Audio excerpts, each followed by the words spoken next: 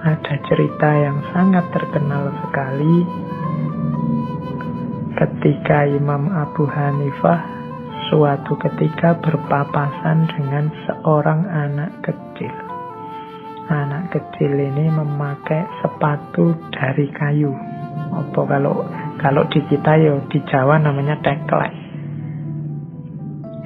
Nah, atau bakiak. Katanya Imam Abu Hanifah, wong ini anak kecil, pakai sepatu kayu, lari-lari khawatir jatuh. Terus diingatkan oleh Imam Abu Hanifah, nak, hati-hati, jangan sampai kamu tergelincir.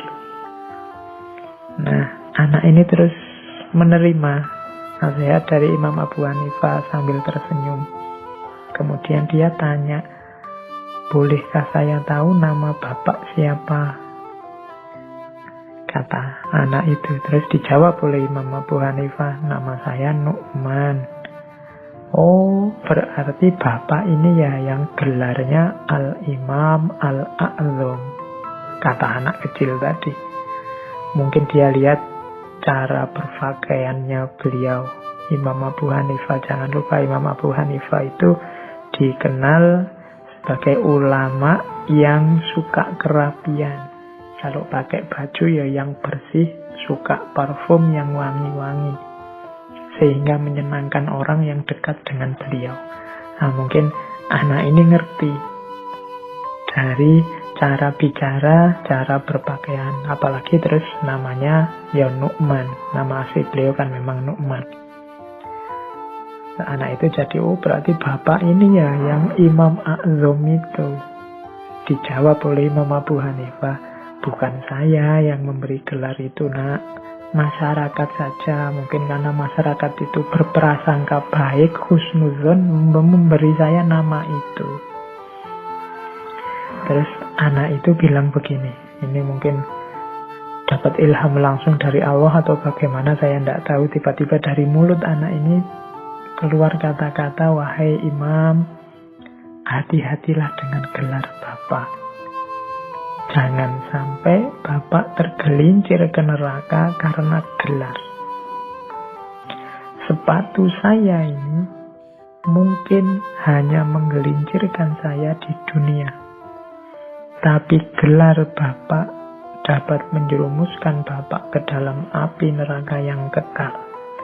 Jika kesombongan dan keangkuhan menyertainya. Wah, sampai di titik itu terus Imam Abu Hanifah menangis dan sekaligus bersyukur, berterima kasih atas nasihat dari anak kecil. Ini ada beberapa hikmah dari cerita ini. Yang jelas yang pertama adalah kebaikan, nasihat itu bisa datang dari mana saja. Tergantung kita ini terbuka apa tidak. Tergantung kita ini bisa tawadhu menerima masukan atau tidak. Kalau kita tidak terbuka, tidak tawadhu, mungkin respon terhadap kata-kata anak kecil tadi berbeda. Mungkin kalau kita, mungkin saya atau teman-teman, mungkin kalau ada anak kecil cerewet kayak gitu ya paling dicuekin. Atau kita tanggapi, alah, cah cilik kayak ngerti apa. Alah, anak kecil saja ngomongnya ndak jelas, misalnya ngomong apa toh, dia sendiri paling ya ndak paham ya, tanggapan-tanggapan kita itu. Tapi kalau Imam Abu Hanifah meskipun hanya dari seorang anak kecil, teguran itu diterima, bahkan beliau sampai menangis. Itu hikmah yang pertama.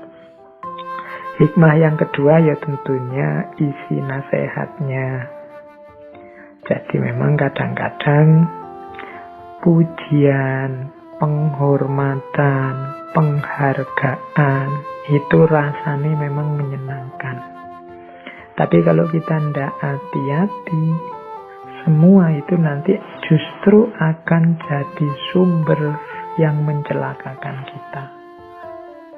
Jadi kalau kita tidak hati-hati menyikapinya, terus kita merasa besar, kita merasa penting, kita merasa luar biasa, kita merasa lebih dari yang lain dan lain sebagainya, maka keutamaan tadi, kebaikan-kebaikan yang dipuji orang tadi justru akan berbalik menjadi sesuatu yang mencelakakan kita, khususnya nanti di akhirat.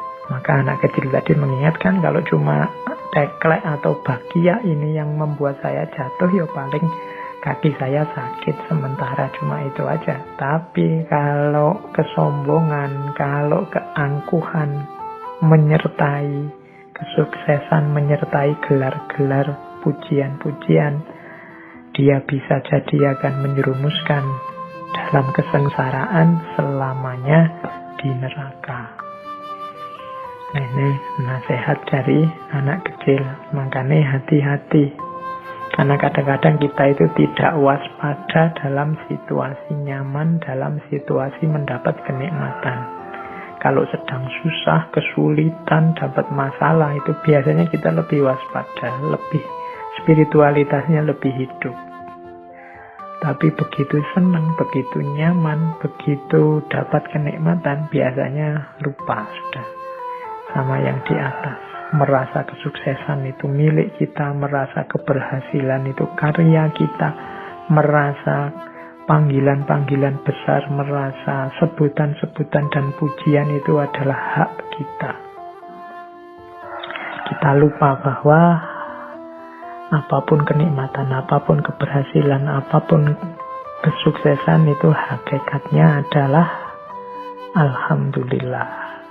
Yang layak dipuji, yang berhak atas segala terima kasih hanya Allah saja. Jadi itu hikmah yang pertama tentang jangan sombong, hati-hati dengan keberhasilan dan kesuksesan. Jangan sampai kenikmatan, kebahagiaan yang hari ini kita rasakan pada akhirnya justru berbalik menjadi unsur yang mencelakakan kita.